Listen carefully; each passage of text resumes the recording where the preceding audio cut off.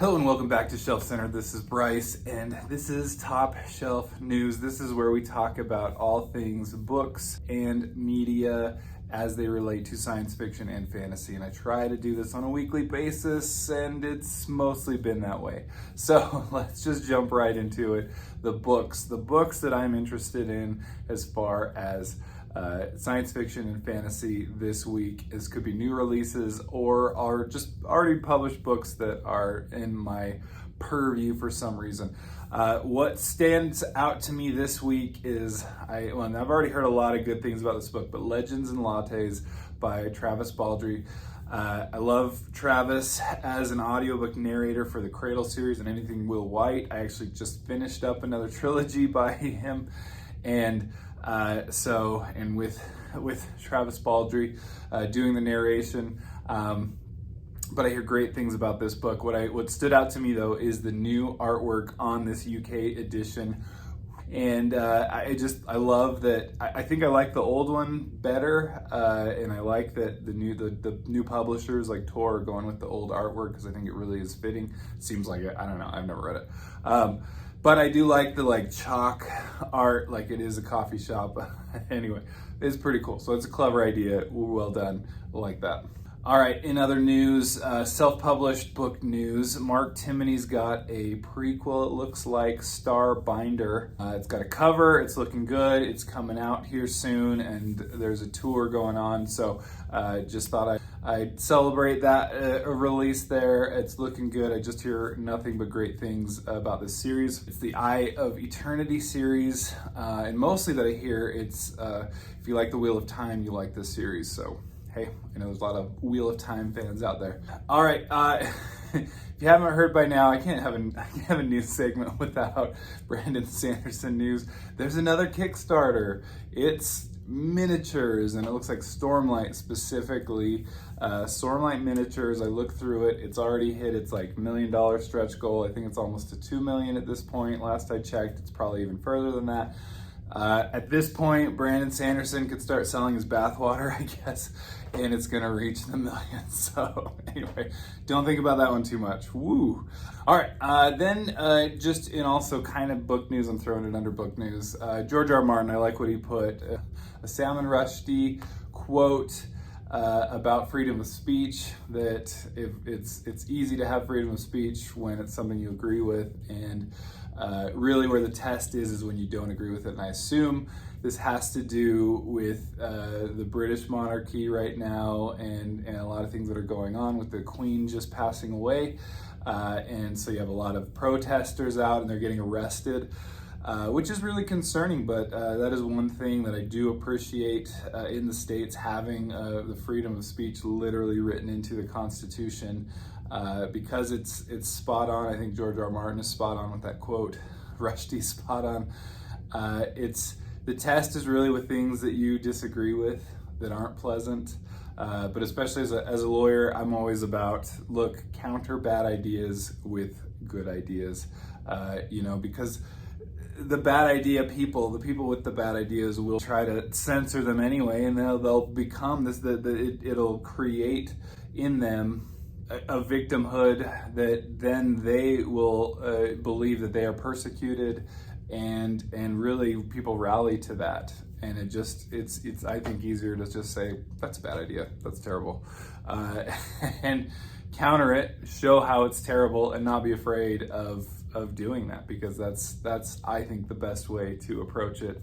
And again, because censoring speech is a slippery slope, and you got to be careful with that. But anyway, I will get off my little tirade here. All right, moving on to some media, specifically movies and TV. I just learned that Blade Runner is getting its own TV spin-off series. It's interesting because it seems like the Blade Runner movies don't do well in theaters, at least at first, but then they kind of keep developing this cult following. So even the new one, after the cult following of the old Blade Runner with Harrison Ford obviously being the main character, and then he kind of is somewhat of a side character in the newer, Blade Runner 2049 or something like that. I'll correct myself. But, even with all that hype, the movie didn't do too well. but it's Denis, Dune, right? Hopefully, I assume it's related to the success of the director. I don't know, maybe I'm wrong. But also just because Blade Runner seems to do well. Do Androids Dream of Electric Sheep is a great book. Highly recommended that you read it, by Philip K. Dick. Dick's stories just seem to do well, okay? They just seem to do well in movies. So I'm excited for that. I'm excited for this TV spinoff, for the, see where this goes. It definitely is an idea that can be done in a series, right? Like a lot of these, I worry, like, okay, do we need this, right? Do we need to make this so much longer? I think we might be finding that out with Rings of Power. We'll see. We're still holding out. We'll see how this goes. Anyway, so I'll move on from that. But that's pretty good news. I doubt. Oh, and just one thing with the Blade Runner, it seems to be taking place like a little bit in the future. So who knows? They probably just couldn't get Harrison Ford back. He seems to be pretty stingy with what things he'll do, unless you pay him $1 bajillion. But it worked for Star Wars in the end. All right, in other news, Fairy Tale by Stephen King just barely got published, and it's already been optioned and has a director, Paul Greengrass. I meant to look up what else Paul Greengrass is known for. I'll post it here, I guess. But anyway, it's the typical deal, as I understand it. Stephen King just allows people to option any of his stories for like $1. I think it's just to give some consideration to it in legal terms, But I assume that's the whole reason. Well, otherwise he would probably just do it for free, but then it makes it legally binding. Which, by the way, you don't need to pay your lawyer to be able to have an attorney-client relationship. I'm looking at you, Breaking Bad. But it's just interesting, like right away. I guess it makes sense. But to already have a director, I guess they're probably planning this for longer than the book has been out on the shelves. But anyway, I'm still hearing some mixed things. Big fans are just not huge fans of Fairy Tale right now, and that kind of concerns me because I really want to like it. I really want another good fantasy from Stephen King. All right, in gaming news, we'll jump to gaming news finally. This is one, I keep adding more segments about gaming news lately, but this is a big one for me. This is one, if you are a fan of Zelda at all, you'll be excited because we've been looking forward to Breath of the Wild 2 for quite some time, and now we're finally getting Tears of the Kingdom, which is the sequel. There's a teaser out. It's very quick, short and sweet. It looks good. My biggest thing is I was just hoping it would be just the same gameplay. It looks pretty similar. It looks to be on the same console, so there's no reason to go crazy with anything as far as like graphics or anything like that. That looks to be the same, and they're pretty impressive for what it is for the Switch.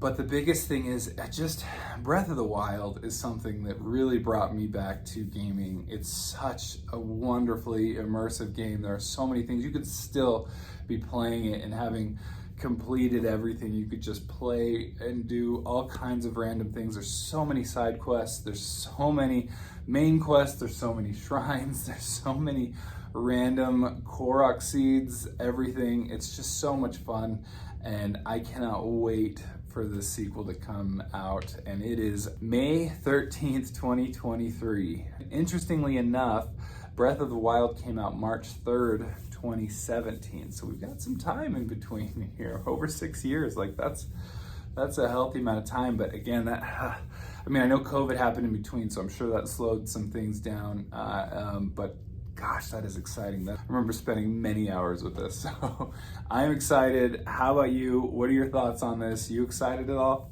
Anyway, and finally, I will jump into a channel update. This channel update is on Monday. I believe it's a live stream. I'm at least filming. It will be a discussion on AP Canavan's channel with P.L. Stewart, with Jenny Wirtz, one of my all-time favorite authors. Like, this will be the first time actually interacting with Jenny Wirtz. Like, I cannot believe it. It's talking Malazan on top of it. One of my favorite books, Dead House Gates. Listening to AP Canavan talk about this, and I can't wait to see what he and Jenny Wirtz will have to say, because they're just the expert. Plus, P.L. Stewart, I've read his book now. I know that he writes brilliantly. Like, just, I don't even know why I'm there other than I was at the last one. I provide nothing to this discussion other than annoying everyone, I'm sure, with my stupid jokes and random things that I say. But anyway, I am so excited for this. And that'll be Monday, and it's 2:30 Eastern. Be there, be square on AP Canavan's channel. So I believe that's what's been announced though as a live stream. So holy cow, I cannot believe it. I probably will be super quiet because I don't, like, I just want to listen. And I'm so excited for this.